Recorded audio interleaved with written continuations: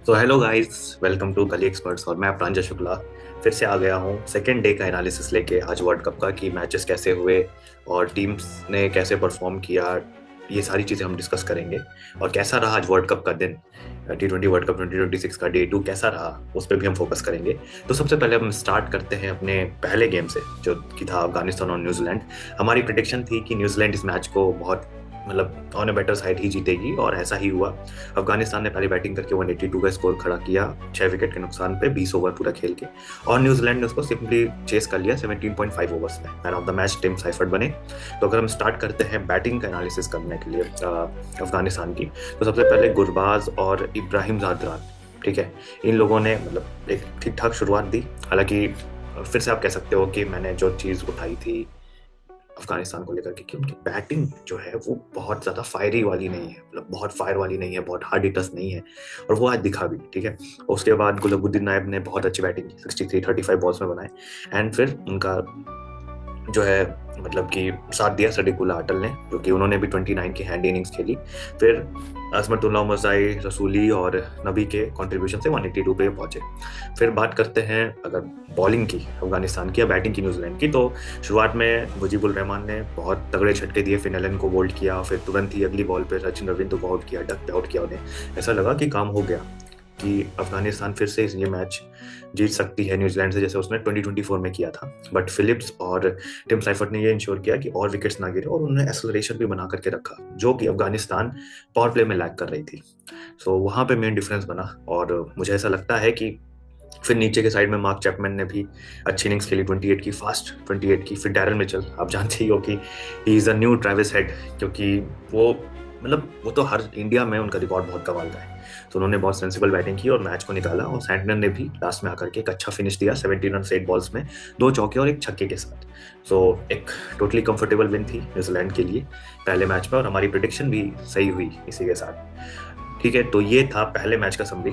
और दूसरे मैच की समरी पे अगर हम जाएं, जो कि आप बना रहे होंगे कि उस पे हम पहुंचे, तो दूसरा मैच था इंग्लैंड और नेपाल के बीच में, और इंग्लैंड मात्र 4 रन से मैच जीता। किसी ने ऐसा सोचा होगा कि इंग्लैंड 4 रन से ही केवल जीत सकता है, वो भी नेपाल से?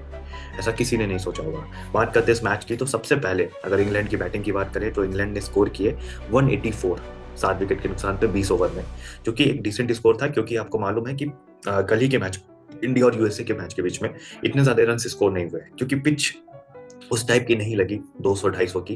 दैट्स वाई उस हिसाब से स्कोर तो उन्होंने बहुत अच्छा किया था। सॉल्ट अभी भी स्ट्रगल कर रहे थे, वो भी आउट हो गए पहले ओवर में, दूसरे ओवर में। जॉश बटलर को स्टार्ट मिला पर वो कंसोलिडेट नहीं कर पाए, 26 पे आउट हो गए। जेकब बैटल ने बहुत अच्छी इनिंग्स खेली 55 की, एक काफी कंपोज और काम भरी पार्टी रही वो। फिर टॉम बेंटन भी सस्ते में आउट हुए, और हैरी ब्रुक ने एक अच्छा हैंड खेला 53 32 बॉल्स में। और सैम करन सेटल नहीं हो पाए, और वो भी आउट हो गए जल्दी। विल जैक्स की जो एक्सेलरेशन थी, और अगर मैं बात करूं तो 20 ओवर में जो उन्होंने एक्सेलरेशन की थी करन केसी के खिलाफ, आई थिंक 20-21 रन आए थे उस पर्टिकुलर ओवर में, जिसके वजह से इंग्लैंड 184 पे पहुंचा। वरना एक बहुत ही इजी विन थी वहां पर नेपाल के लिए। सो मैं ये कह सकता हूं कि उन्होंने ये आधार रखा। बात करते हैं अगर बॉलिंग की, तो बॉलिंग में करण केसी महंगे साबित हुए। शेरमला जो कि अपना पहला मैच खेले, तो वो भी थोड़े महंगे साबित हुए, बट हाँ, उन्होंने सॉल्ट का विकेट निकाला। और अगर इनकी सबसे अच्छे बॉलर की वो की जाए, तो संदीप लमिचाने, जो कि एक अच्छे बॉलर हैं, वो 4 ओवर में 25 रन देके एक विकेट उन्होंने लिया। और नंदन यादव, इन्होंने बहुत इंप्रेस किया मुझे काफ़ी, क्योंकि उन्होंने बटलर को जिस तरीके से आउट किया स्टम्प्स के पीछे, तो वो कमाल का था। तो ये था लेखा जोखा इंग्लैंड की बैटिंग का। अगर आप आते हो नेपाल की बैटिंग पे, तो किसी ने भी नहीं सोचा था लिटरली कि पहले ओवर में जोफ्रा आर्चर के 3 चौके पड़ जाएंगे। सीरियसली ऐसा हो सकता है क्या?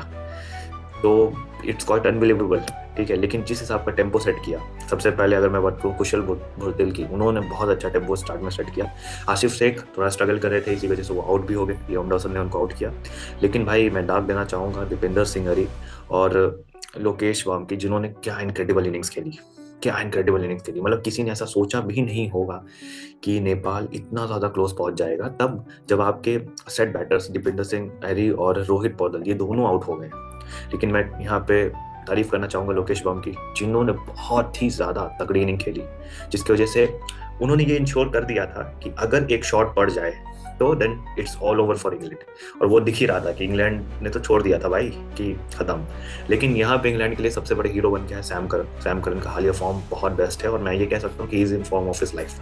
ठीक है, आप ये मना कर नहीं सकते, क्योंकि जिस हिसाब से उस बंदे ने पिछले 4 महीने से प्रदर्शन किया अपना, so that's it truly amazing. So bowling भी अगर आप इनकी देखोगे तो ल्यू को थोड़े से महंगे साबित हुए, 3 over 31 run 1 wicket. Jofra Archer 4 over 42 run 1 wicket. Liam Lawson बहुत कमाल की बॉलिंग इन्होंने भी की, 4 ओवर में 21 रन देके 2 विकेट। विल जैक्स 2 ओवर में 17 रन देके 1 विकेट। आदिल रशीद सबसे महंगे साबित हुए, जो कि मतलब बहुत ही ज्यादा हैरान करने वाला था, क्योंकि मैं तो आज के जमाने में आदिल रशीद को मोर डिपेंडेबल मानता हूँ in comparison of Jofra Archer. So ये काफी शॉकिंग था, बट ठीक है। 3 ओवर में 42 रन उन्होंने दिए। और सैम करन जो कि 4 ओवर में 27 रन देके 1 विकेट लिया। So Sam Curran is the main difference between Nepal and England, वरना आज तो काम तमाम था और पहला अपसेट रेडी था लगभग। बट इसी के साथ हमारी ये भी प्रिडिक्शन सही हुई कि इंग्लैंड इस मैच को जीता था। हालांकि हमने ये कहा था कि इंग्लैंड स्ट्रेट अवे इजीली जीत सकता है, बट हाँ, नेपाल ने पूरी कोशिश कर दी थी हमारे प्रिडिक्शन को गलत साबित करने के लिए। ठीक है, सो अच्छा है, बहुत अच्छा गेम हुआ क्रिकेट का। एंड टुडेज लास्ट मैच, मतलब कि आज के दिन का जो आखिरी मैच था, आयरलैंड वर्सेस श्रीलंका। तो अगर मैं बात करूं तो वो कोलंबो में मैच खेला जा रहा था। तो कोलंबो की पिच भी आप जानते हो कि अगर आप वहाँ पे अब मान के चलो 170 180 बनाते हो तो वो 210 220 के बराबर होता है, क्योंकि पिच कंडीशन ही ऐसी है। ठीक है, तो सबसे पहले स्टार्ट करते हैं श्रीलंका की बैटिंग से। श्रीलंका ने पहले बैटिंग की और उन्होंने बनाया 163 फॉर 6 विकेट्स इन 20 ओवर्स। ठीक है, जिसमें प्रथम निशंका को स्टार्ट मिला 24, लेकिन 23 बॉल्स उन्होंने ली, जो कि एक मतलब कह सकते हैं कि उतना सही नहीं था, क्योंकि ऑब्वियस सी बात है कि T20 आप खेल रहे हो तो ऐसा इंटेंट आपको नहीं रखना चाहिए। 9 सेकंड कामिल मिशारा भी 14 पे आउट हो गए। हालांकि इनकी जो शुरुआत थी बहुत धीमी थी, और सबसे बड़ी बात ये थी कि 56 बॉल्स तक इनकी बाउंड्री नहीं लगी थी। वो तो भला हो कमेंडो मेंडिस का, जिन्होंने बहुत तेज तर्रार 44 मारे 18 बॉलों में और 19वें बॉल पे आउट हो गए, लेकिन 44 उन्होंने बहुत क्विक मारे। और कुशल मेंडिस भी वहां पे मौजूद थे, वो भी नॉट आउट 56 पे गए 43 बॉल्स में, जिसके वजह से श्रीलंका ने 163 का स्कोर बनाया।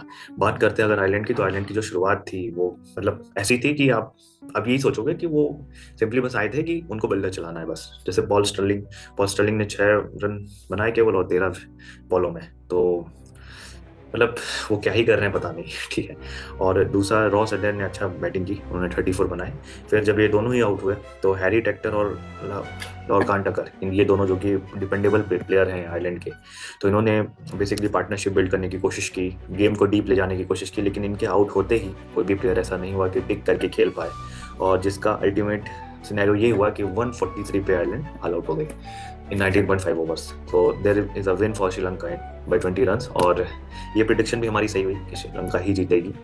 और अगर श्रीलंका की बॉलिंग स्टैट की बात की जाए तो श्रीलंका के लिए एक बहुत बुरी खबर है कि वनिंदु हसरंगा बीच में चले गए थे पहला ओवर डाल करके हैमस्ट्रिंग के नाते, लेकिन वो फिर वापस आए और उन्होंने बहुत अच्छी गेंदबाजी की और 4 ओवर में 25 रन देके 3 विकेट उन्होंने निकाले।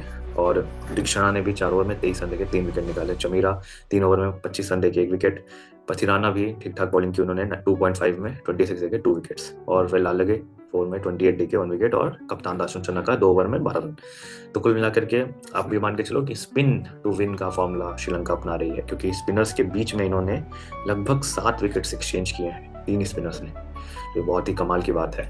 तो स्पिन वहाँ के ऑब्वियसली बात है पिच को फेवर भी करती है, तो यह भी आप ऑप्शन कंसिडर कर सकते हो। ठीक है, तो कुल मिला के मैं ये कहूँगा कि तीनों मैच की प्रिडिक्शन आज हमारी एकदम सही रही, और आप हमको फॉलो करते रहें, क्योंकि हम प्रिडिक्शन जो भी करेंगे, मैं ये नहीं कहता कि 100% सही होगा, 99.9% तो मैं सही कर सकता हूँ। ठीक है, तो कल की मैचेस की अगर हम बात करें तो कल का जो सबसे पहला मैच है वो है स्कॉटलैंड और इटली का। इटली का अपना पहला मैच, मतलब कि पहली बार T20 वर्ल्ड कप में उन्होंने प्रवेश किया है, so they are in lot of confidence, उनके पास हारने के लिए कुछ नहीं है। और वहीं पर स्कॉटलैंड भी मतलब ठीक है, आप वेस्ट इंडीज से पहला मैच हार गए हो, but it is a quite close match. तो मैं भी मानता हूँ कि Scotland has an upper hand, because उनको इंटरनेशनल का एक्सपीरियंस है और उन्होंने कई बार जैसे इंग्लैंड को हराया है, वेस्ट इंडीज़ को हराया है, सो वो एक्सपीरियंस इनका काम जरूर आएगा। So I should go for Scotland in the first match. ठीक है, नाउ सेकेंड मैच जो हमारा है कल, वो है जिम्बाब्वे और ओमान के बीच में। तो ऑब्वियसली बात है जिम्बाब्वे, बिकॉज जिम्बाब्वे का जो हालिया फॉर्म है T20 का वो अच्छा है, और इनके जो कई सारे प्लेयर्स हैं जो बैक आ चुके हैं, जैसे रायन बेनेट अच्छे फॉर्म में, वो 6 अच्छे हिट्स करते हैं। Brendon Taylor is a quite legend player, सभी लोगों को मालूम है। और तीसरा जो है रायन बल हैं, सिकंदर रजा हैं और ब्रैडली इवेंस है, रिचर्ड अंग्रावा है, मुजारा बानी है। तो it is quite a good team, अच्छी टीम है। और मेरे ख्याल से जिम्बाब्वे का एक अपर हैंड होगा ओमन के उसमें। बट हाँ, ओमन मैं कह रहा हूँ चौंका सकती है जिम्बाब्वे को, क्योंकि ओमन ही याद है कि जब इंडिया से मैच हो रहा था और ओमन ने लगभग इंडिया को टक्कर दी थी एशिया कप में, तो मान सकते हैं आप। बट मुझे लगता है कि जिम्बाब्वे ही जीतेगी और उसे ही जीतना चाहिए, ठीक है। और तीसरा मैच है साउथ अफ्रीका और कनाडा का 7 बजे। सो ऑब्वियस है, मतलब साउथ अफ्रीका ही ये मैच जीतेगी।